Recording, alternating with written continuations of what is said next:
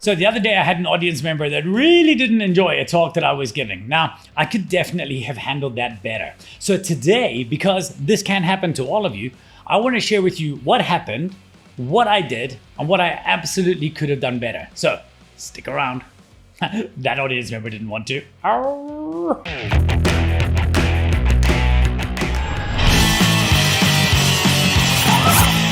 Hey, welcome to Lead Loud. My name is Richard Mulholland. I'm the founder and chief presentation officer of Presentation Powerhouse Missing Link. I'm also a public speaker that apparently not everybody enjoys. Say what?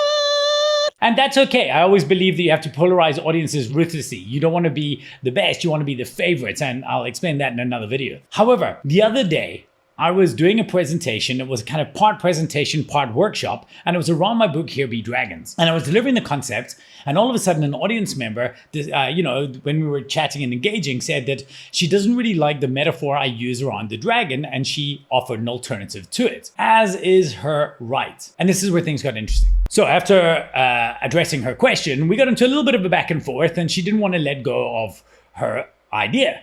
And I guess that's fair enough. In comedy, we refer to this type of person as a heckler. And in fact, comedians are amazing at put downs of hecklers. Like some of my favorite examples like this. But you don't mind me sharing with the group, so it makes it much easier. We can go old school. What, sorry? Stop stalling. Stop stalling. Don't panic, sir. I've got this. I'll have to put you on arsehole waiting. But here's the fundamental difference. They're not a heckler, and you're not a comedian. When you're in a presentation space, this state is fundamentally different. It's you and the audience. The audience is a collective noun. If you attack one audience member, you're attacking the audience as a whole. That is the game when you're delivering a presentation. And it's especially true if you're presenting to people from one company, as I was then.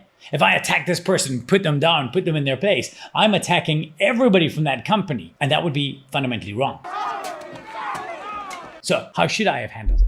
I believe there are 3 tactics that we can use, and we follow through those tactics in order. I kind of tried to do the first 2 of these, but I didn't land them perfectly, and I just failed altogether to go for step number 3. The first tactic is acknowledge and answer. You want to acknowledge the person that is talking to you and answer any questions that they have, or answer the main question that they have. If they don't have a question, that's often the first sign that you've got somebody who doesn't want to learn from you. They want to tell you something. Now, a good way to handle something like that is to say, that's a really interesting point. That's definitely something I'll have to ponder. Thanks so much. And then move on. In this particular instance, what I might have said, because of the rest of the content, I had to continue. This was in the middle of my presentation. So I had to continue talking about the very thing they were challenging. I would have probably had to go on with something like, however, for the sake of today, I'm going to have to stick with the presentation material I prepared. And I'm going to ask all of you just to maintain an open mind around this content. Does that sound good? And the reason I have to say all of you is because it's a very, very important part, and it leads into tactic number 2. And that is flip the focus. Look, you need to remember something. This is a presentation, not a conversation.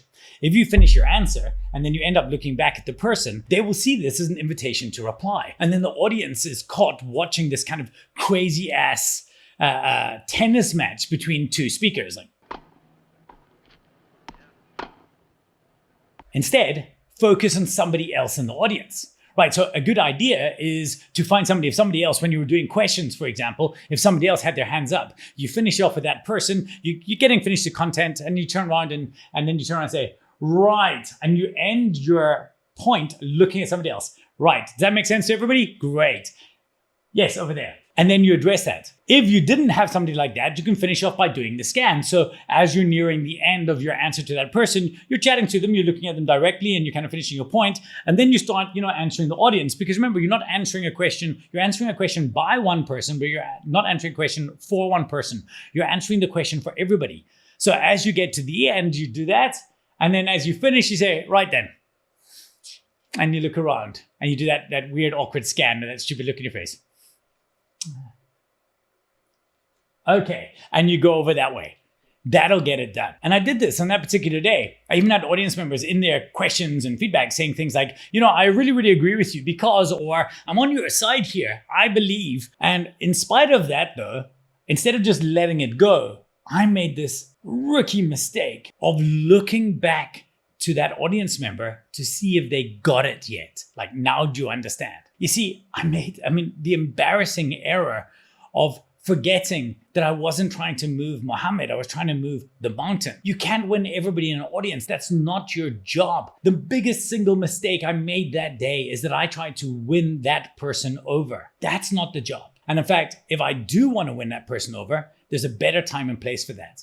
And that kind of leads into tactic number 3. Tactic number 3 is to delay the dialogue. Now, this step is only needed here because I failed to put a full stop on the discussion way back in step 1. You see, if you have a member and you've been engaging with them, you've gone back and forward more than twice, you need to end this on behalf of everybody else in the audience. All right, zip it.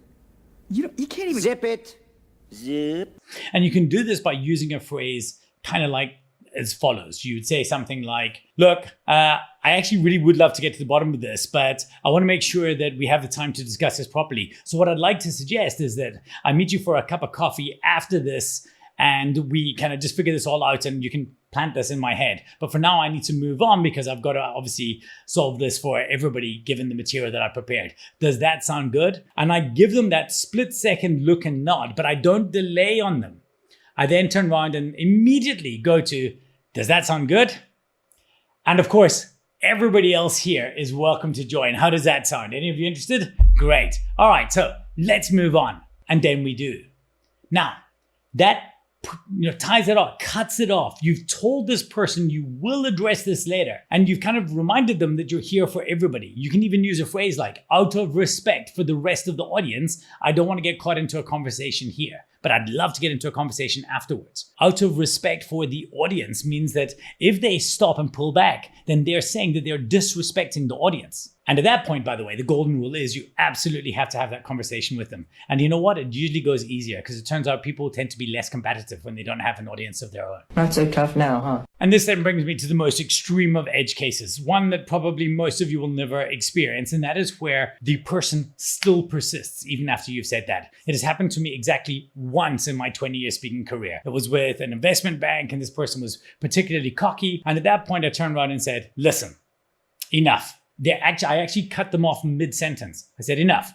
I'm not going into this here. I've offered you an alternative. But right now I need to ask you either to sit down and be quiet or just to leave because clearly you don't want to be here. And the person got up and left. And as the door closed, that instant the door closed, the audience broke into applause.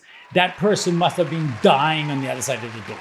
They don't like me very much. I definitely didn't get a Christmas card after that. Why don't you love me? Why don't you love me?